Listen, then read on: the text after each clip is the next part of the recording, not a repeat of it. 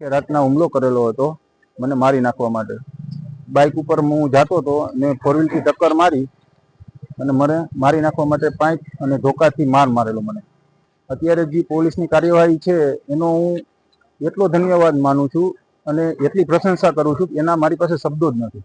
આજથી અંદાજિત 1.5 મહિના પહેલા પોલીસ દ્વારા અમને એવી માહિતી મળેલ કે પડવલા ગામે IPC 307ના આરોપી અલી મહમદ તૈયબ શેઠા એનું રહેણાંકમાં ગેરકાયદેસર મકાન હોય, તો એ બાબતે અમે ગ્રામ પંચાયતને સૂચના આપતા તેઓએ રેકર્ડ આધારિત તપાસ કરેલ અને તપાસને અંતે એમના પાસે કોઈ આધાર પુરાવા હોય એવું કોઈ સાબિત થયેલ નહીં. તો એના આધારે ગ્રામ પંચાયતે એમને 3 નોટિસ આપી, સુનાવણી કરી અને એમની પાસે પુરાવા મેળવેલા, પણ એમની પાસે કોઈ અધિકૃત પુરાવા ન હોય અને ગઈકાલે એ નોટિસની મુદત પૂર્ણ થતી હોય, માનનીય કલેક્ટર સાહેબ, માનનીય DDO સાહેબ, માનનીય SP સાહેબ, રેવન્યુ વિભાગ, પંચાયત વિભાગ અને પોલીસ વિભાગના સંયુક્ત ઉપક્રમે આજે આ ડેમોલિશનની કાર્યવાહી પડોલા ખાતે હાથ ધરવામાં આવી છે.